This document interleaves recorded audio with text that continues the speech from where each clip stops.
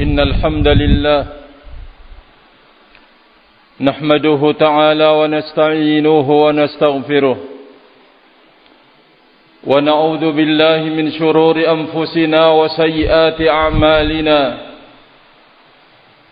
من يهده الله فلا مضل له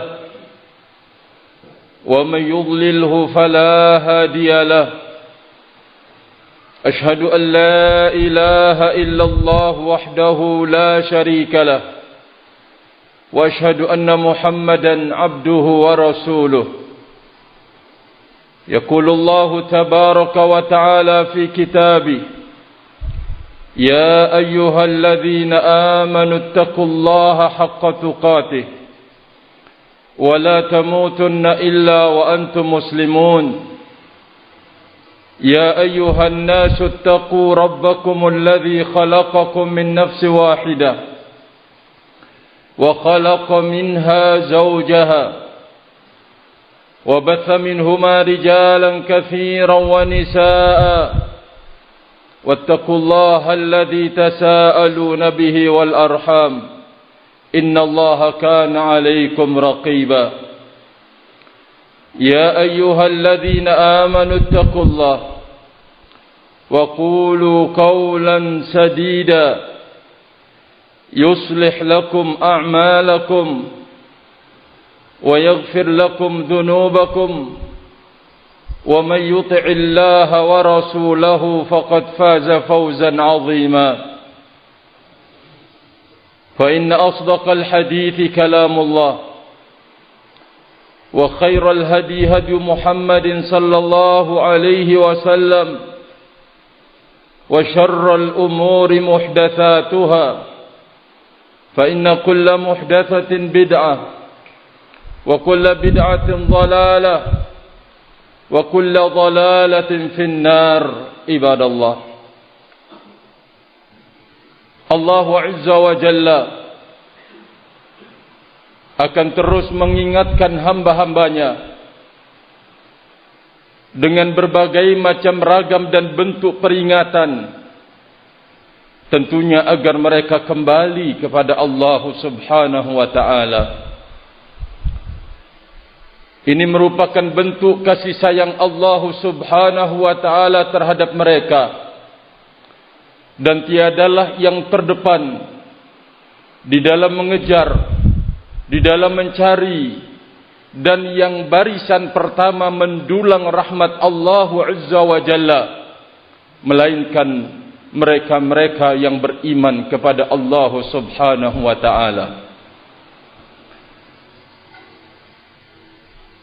Di antara bentuk dan kasih sayang Allah terhadap mereka, Allah Azza wa Jalla menitipkan pesan tentang hakikat kehidupan di dunia ini yang mereka cari, yang mereka kumpulkan, yang mereka tabung, yang mereka gantungkan cita-cita padanya.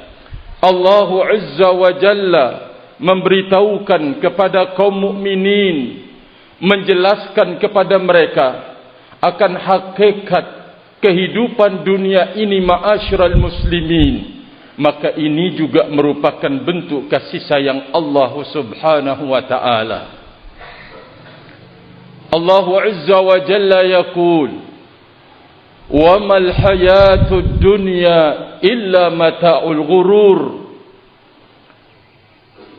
Tiadalah kehidupan dunia itu kecuali kenikmatan yang ghurur, yang menipu, kata Allah Subhanahu wa ta'ala.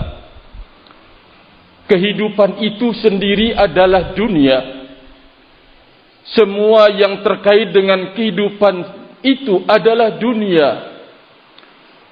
Allah Azza wa Jalla mengingatkan kepada kaum mukminin bahwa semua apa yang terkait dengan kehidupan dunia itu adalah ghurur, mata ghurur yang menipu, kata Allah Azza wa Jalla. Wa ma hadhihi al-hayatud dunya illa lahu wa la'ib wa la darul akhiratu lahiyal hayawanu law kanu ya'lamun. Kata Allah Azza wa Jalla, tiada kehidupan dunia ini kecuali lahu, sia-sia, dan juga laib, permainan belaka.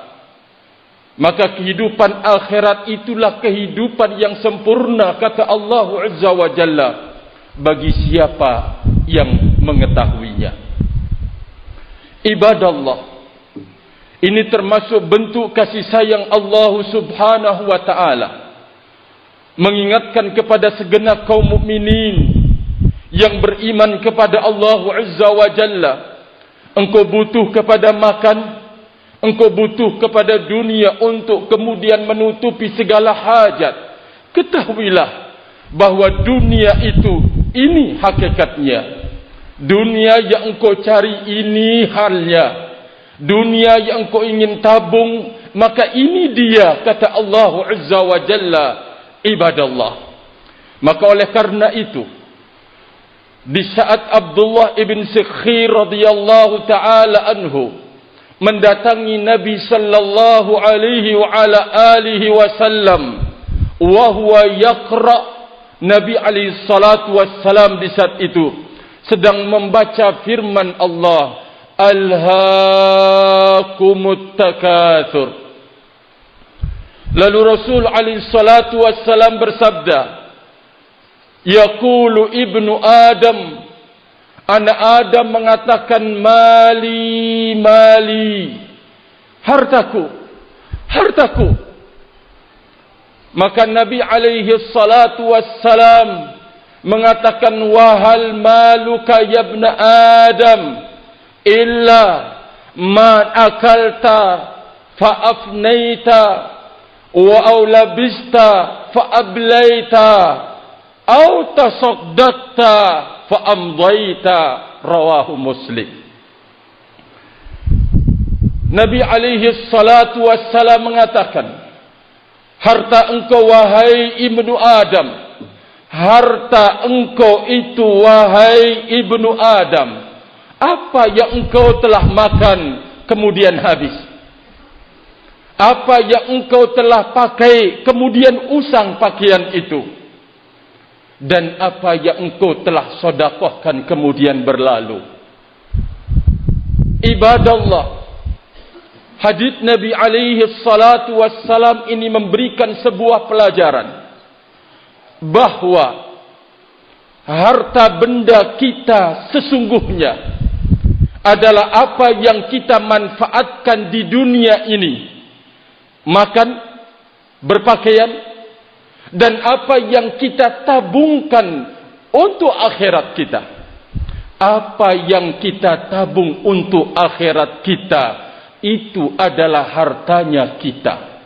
Adapun yang lain, liwarasatika, untuk ahli waris engkau.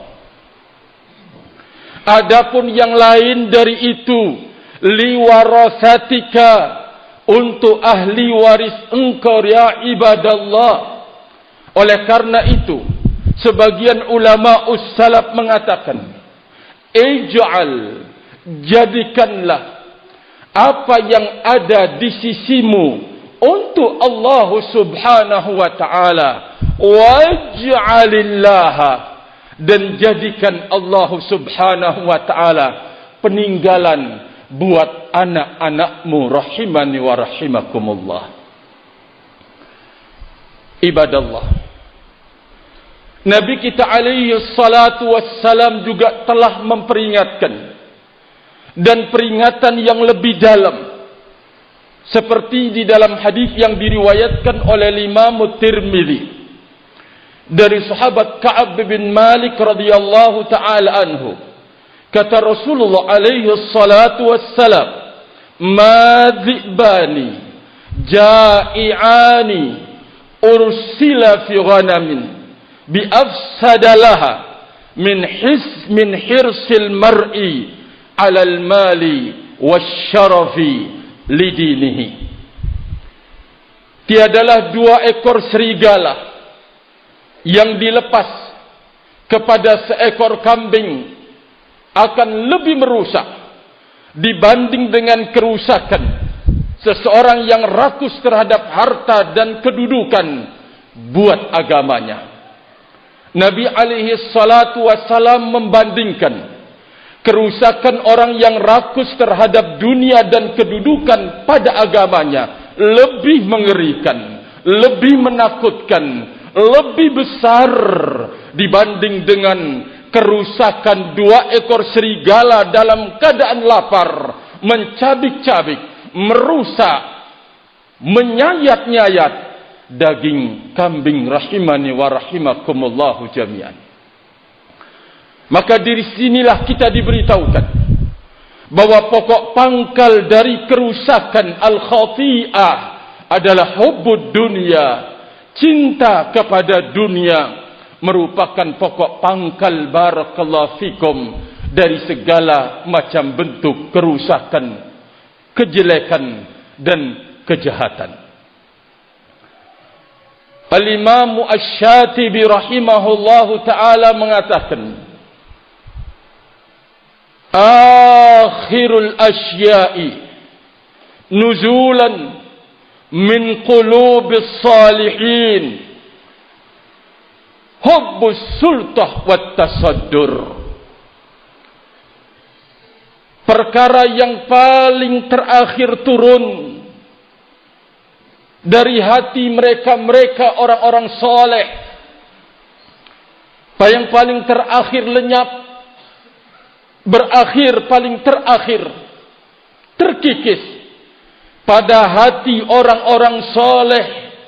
Kata Imam Syatibi rahimahullah di dalam Al-I'tisam adalah cinta kepemimpinan dan cinta untuk menjadi orang yang di atas.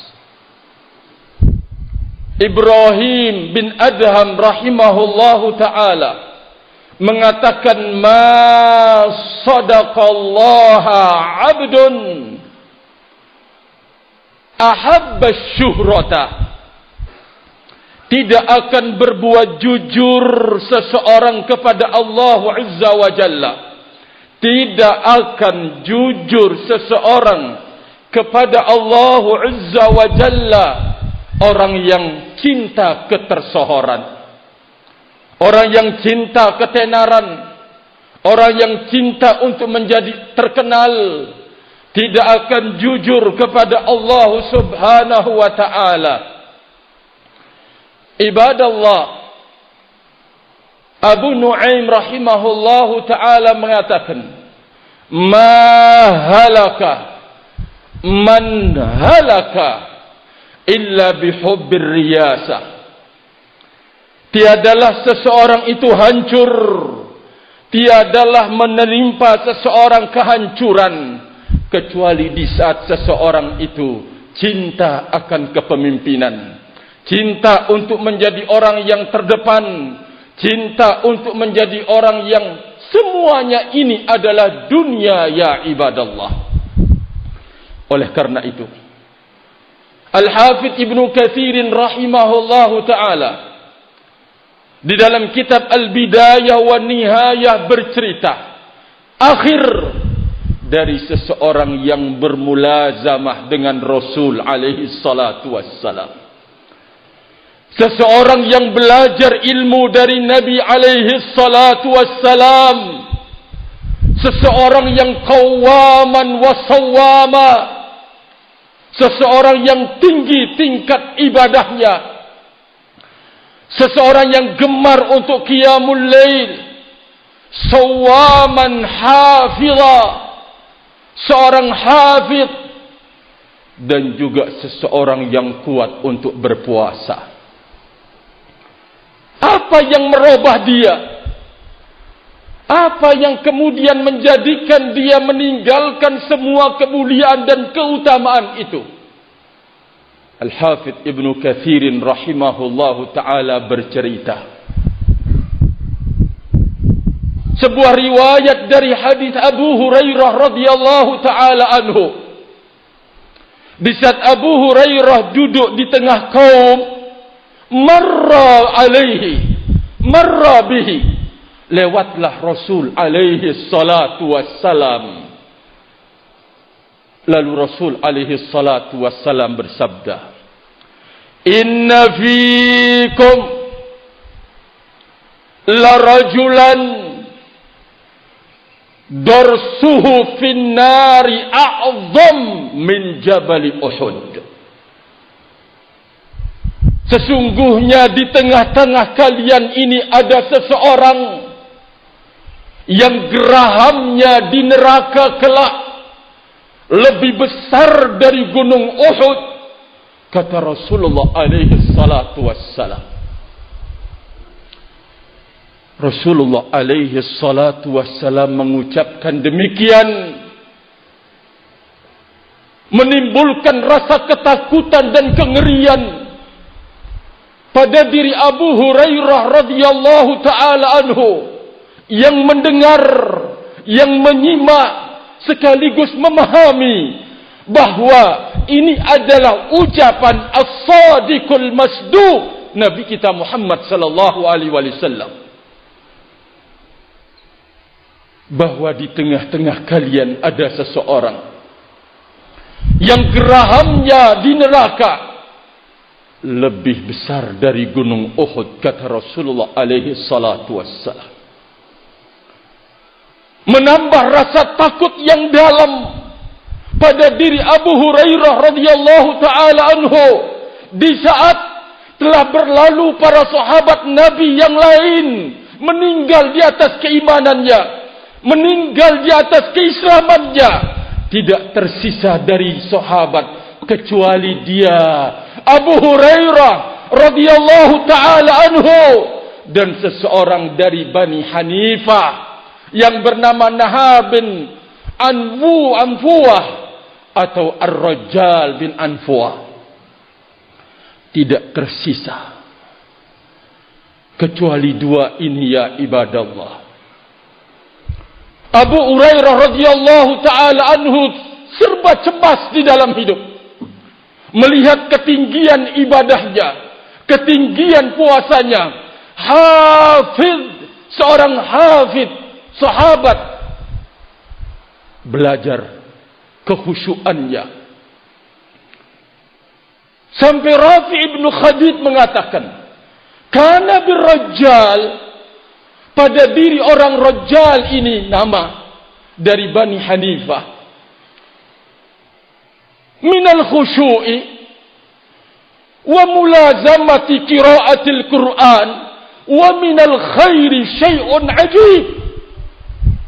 Ar-Rajjal ini seseorang kekhusyuannya luar biasa, konsekuen membaca Al-Quran, dan juga kebaikan, sesuatu yang sangat mencengangkan dan mengherankan.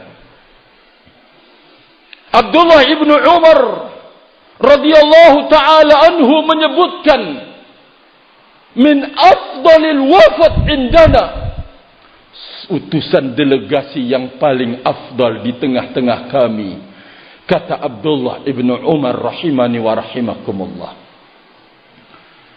Dengarkan Abu Hurairah radhiyallahu taala anhu merasakan kengerian dan ketakutan.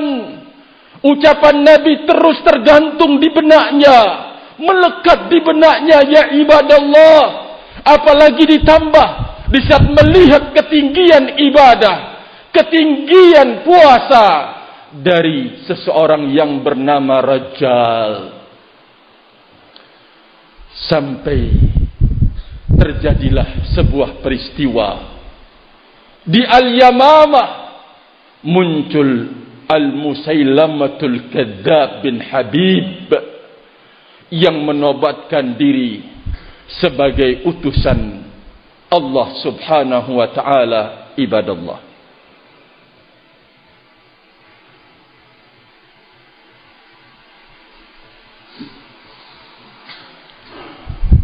alhamdulillah hamdan katsiran tayyiban mubarakan fih kama yuhibbu rabbuna wa yarda. Ashhadu an la ilaha illallah wahdahu la syarika lah, wa ashhadu anna Muhammadan abduhu wa rasuluh. Ibadallah, di saat Abu Hurairah radhiyallahu taala anhu berada di dalam kekhawatiran yang sangat. Jangan-jangan beliau yang dimaksud oleh berita dari Nabi sallallahu alaihi wasallam. Terjadilah peristiwa Musailamatul Kadzdzab di Al-Yamamah, yang menobatkan diri sebagai seorang nabi utusan Allah Azza wa Jalla dan diikuti oleh mayoritas penduduk Yamamah. Lalu Abu Bakar As-Siddiq radhiyallahu taala anhu menunjuk Rajal bin Anfuah untuk kemudian sebagai utusan seorang sahabat Nabi mendakwahkan mereka, mengajak mereka kembali, lalu kemudian mengajak mereka agar kokoh di atas al-Islam sebelum mulai dengan amanat dan tugas dari Abu Bakar As-Siddiq radhiyallahu taala anhu. Ar-Rajjal harus bertemu dengan Musailamatul Kadzdzab. Apa yang disodorkan? Harta, ya ibadallah. Az-zahabu, emas. Bahkan berjanji untuk membagi kekuasaan, buat anda setengah, buat saya setengah. Yang penting, engkau berangkat ke tengah-tengah manusia, lalu menyampaikan kepada mereka bahwa saya datang membawa informasi dari Nabi sallallahu alaihi wasallam bahwa Musailamatul Kadzdzab adalah setara dan juga bersyarikat dalam kenabian bersama Nabi sallallahu alaihi wasallam. Ibadallah, Ar-Rajjal adalah min fuqara'il Arab. Dia adalah orang yang serba kekurangan hidupnya. Melihat ada tawaran yang menggiurkan, harta benda, emas, kemudian kedudukan, bahkan sampai ada pembagian tentang kekuasaan, terpikatlah hatinya, berbalik 180 derajat karena melihat apa yang dijanjikan oleh Musailamatul Kadzdzab. Mulailah dia bergerak, kemudian keluar untuk mendakwahkan. Tiada yang dilihat oleh masyarakat dan muslimin di saat itu, kecuali ini adalah utusan sahabat Rasulullah sallallahu alaihi wasallam. Dia adalah sahabatnya Rasulullah sallallahu alaihi wasallam. Sampai kemudian dia menyampaikan ke tengah masyarakat bahwa Musailamatul Kadzdzab ini adalah sekutu Nabi alaihi salatu wassalam dalam kenabian dan kerasulan. Ma'asyiral muslimin, berapa tentara, berapa pasukan, berapa pengikut yang bisa dikumpul olehnya? 40.000 ya ibadallah. 40.000. Kata para ulama, Imam Ibnu Katsir, bahwa lebih menarik Ar-Rajjalah dibanding Musailamatul Kadzdzab. 40.000 pasukan terkumpul, barakallahu fikum. Sampai kemudian Abu Bakar As-Siddiq radhiyallahu taala anhu mengirim pasukan pertama kali kalah ya ibadallah, karena jumlah yang sangat besar dari pengikut Musailamatul Kadzdzab. Lalu kemudian dipilihlah Sayf min suyufillah, Khalid ibn al-Walid, untuk kemudian memimpin peperangan. Ibadallah, maka di saat itulah Allah Azza wa Jalla memberikan kemenangan, dan terbunuhlah Rajjal ini di tangan saudara Umar ibn al-Khattab sebapak, yaitu Zaid ibn al-Khattab radhiyallahu taala anhu. Ya ibadallah, di saat kemudian Abu Hurairah radhiyallahu taala anhu menyaksikan mayat daripada Rajjal ini, beliau sujud bersyukur kepada Allah Azza wa Jalla. Allah Azza wa Jalla telah menyelamatkan dia rahimani wa rahimakumullah jami'an. Ibadallah, di tengah-tengah pasukan Khalid ibn Walid ada seseorang Wahsy yang telah membunuh paman Nabi alaihi salatu wassalam, Asad, singanya pasukan Allah subhanahu wa ta'ala. Maka di saat dia masuk ke dalam Islam, setiap Nabi alaihi salatu wassalam melihat wajahnya Habs ini, beliau bersedih dan tersayat-sayat. Sampai kemudian dia berjanji untuk terus berjalan ikut bertempur dan tidak di Madinah, ingin membalas kesalahannya. Sampai kemudian pada peperangan Al-Yamamah, dia berusaha untuk mengincar Musailamatul Kadzdzab. Sampai kemudian bifadlillahi Musailamatul Kadzdzab tertombak melalui tangannya rahimani wa rahimakumullah. Pelajaran yang berharga ya ibadallah, Ar-Rajjal, orang yang mulazamah dari awal kedatangannya sebagai delegasi, belajar beribadah di sisi Nabi alaihi salatu wassalam, namun akhirnya mati dalam keadaan kufur kepada Allah subhanahu wa ta'ala. Wahsy yang dari kafir kemudian masuk ke dalam Islam, wa hasuna islamuh, lalu kemudian menjadi orang yang terbaik buat dirinya ya ibadallah dari kalangan para sahabat Nabi ridwanullah alaihim ajmain. Oleh karena itu ya ibadallah, jangan engkau tertipu dengan ibadat yang kau lakukan, dengan puasa yang kau perbuat, dengan sedekah, dengan salat. Jangan engkau ungkit-ungkit kebaikan engkau ya ibadallah. Yang kedua, jangan engkau mencela dan merendahkan seseorang karena kesalahan dan dosa yang diperbuatnya, namun engkau berdoa kepada Allah, semoga Allah subhanahu wa ta'ala mengampuni dia dan menerima taubatnya. Dan yang ketiga dari kisah ini ya ibadallah, jangan sekali-kali merendahkan, menghinakan barakallahu fikum seseorang tadi karena dosa dan kemaksiatan. Jangan sekali-kali meremehkan atau menanamkan kebencian kepada seseorang.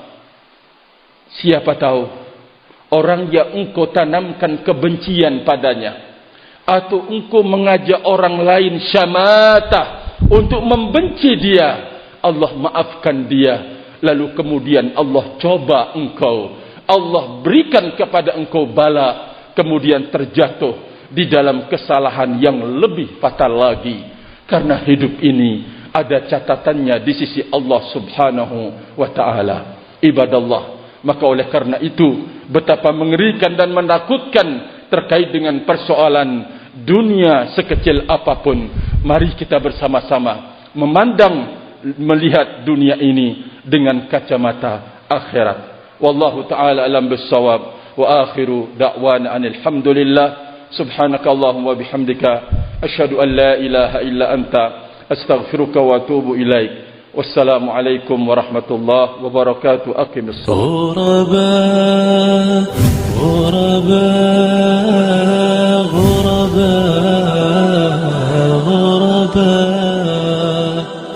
Alhamdulillahi rabbil